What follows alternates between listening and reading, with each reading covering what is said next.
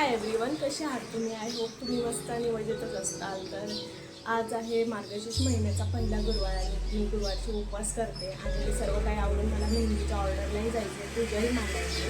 तर चला ब्लॉग कसा कसा होतो ते बघूया. तर इथे मी साबुदाण्याच्या खिचडीसाठी मिरची चिरते. मिरची मी एकदम बारीकच चिरते कारण जेणेकरून खिचडी खाताना ती बाजूला काढायची गरज नाही. तर आज दोघांनाही उपवास आहे. ह्यांचे कायमचे गुरुवारचे उपवास असतात आणि माझे फक्त मार्गशीर्ष गुरुवारचे उपवास असतात. त्यामुळे एक्स्ट्रा स्वयंपाक करायचं काही टेन्शन नाही. फक्त खिचडी केले की झालं काम स्वयंपाकाचं. आज खिचडीमध्ये मी बटाटा टाकणार नाहीये कारण त्याचं झालं असं की काल पण मला मेहंदीची ऑर्डर होती आणि रात्री घरी यायला उशीर झाला आणि ह्यांनाही सांगायचं विसरले की बटाटा नाहीये घरी.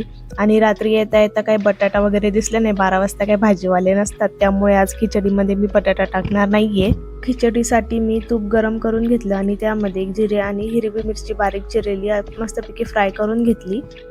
मिरची फ्राय झाल्यानंतर मी त्यामध्ये साबुदाणा टाकून घेतला.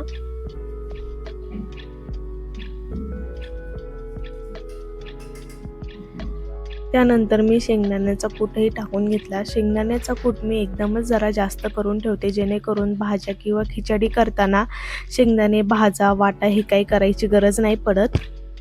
शेंगदाण्याचा कूट टाकून झाल्यानंतर शेंगदाण्याचा कूट आणि साबुदाणा एकत्र व्यवस्थित मिक्स करून घेतला. त्यानंतर मी त्यामध्ये चवीप्रमाणे मीठ टाकलं. उपवासाच्या स्वयंपाकासाठी मी मीठ वेगळंच ठेवलेलं आहे छोट्याशा भरणीमध्ये, जेणेकरून आपले रोजचे खरकटे हात वगैरे त्याला लागणार नाही. मीठ टाकून झाल्यानंतर खिचडी परत एकदा व्यवस्थित परतून घेतली. त्यानंतर बारीक गॅसवर खिचडी शिजण्यासाठी झाकण झाकून 15 ते 20 मिनिटं शिजायला ठेवलेली आहे.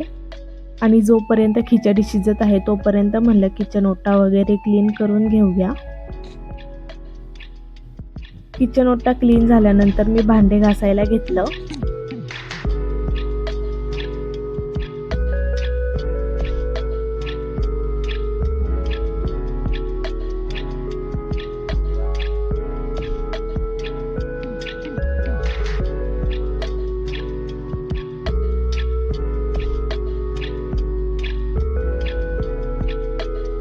माझे आता भांडे वगैरे घासून झालेले आहेत आणि आता मी पूजेची मांडणी करायला घेणार. त्याआधी आवडून घेते आणि हळदीचं लेपन पण लावायचं उभारला. तर चला आता बघूया ब्लॉग कसा कसा होतोय ते तुम्ही कंटिन्यू करा. तर तुम्ही पाहू शकता किचन ओटा व्यवस्थितपणे क्लीन झालेला आहे. किचन ओटा क्लीन असलं की मला खूप भारी वाटतं. किचनची कामे झाल्यानंतर इथे मी पूजेला बसले होते आणि इथे माझ्या देवी आईचा छान प्रकारे शृंगार चालू होता आणि मी देवीला वेगवेगळ्या प्रकारचे हार घालत होते.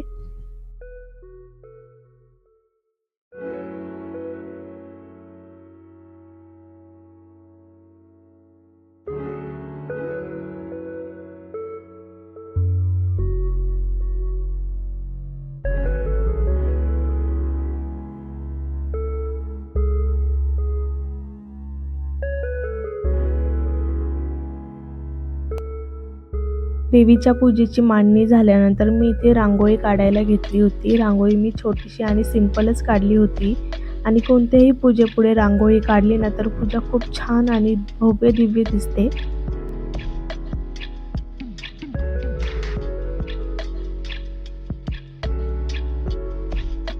रांगोळी वगैरे काढून झाल्यानंतर मी इथे देवीला धूप आणि दिवा लावला आणि देवीचा आशीर्वाद घेतला.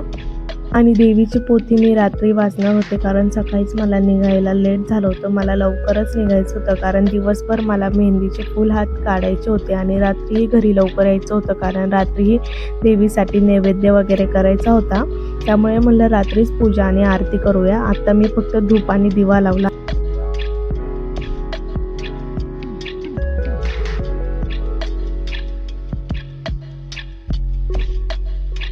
तर रोज सकाळी देवपूजा हेच करतात आणि आजही सकाळी देवांची पूजा ह्यांनीच केली होती आणि मी पूजा मांडली. आणि तुम्हाला देवीच्या पूजेची मांडणी कशी वाटली ते पण कमेंट करून नक्की सांगा.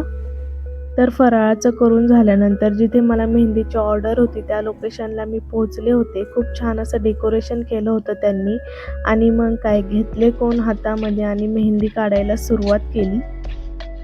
खूप सायडर्सनी पायावरही मेहंदी काढली होती. तुम्हाला माझ्या मेहंदीच्या डिझाईन्स कशा वाटल्या ते कमेंट करून नक्की सांगा. मेहंदीची ऑर्डर झाल्यानंतर मी घरी आले, देवीला नैवेद्य केला, नैवेद्य दाखवला, पोथी वाचली आणि असा होता माझा आजचा दिवस. तुम्हाला कसा वाटला ते कमेंट करून नक्की सांगा.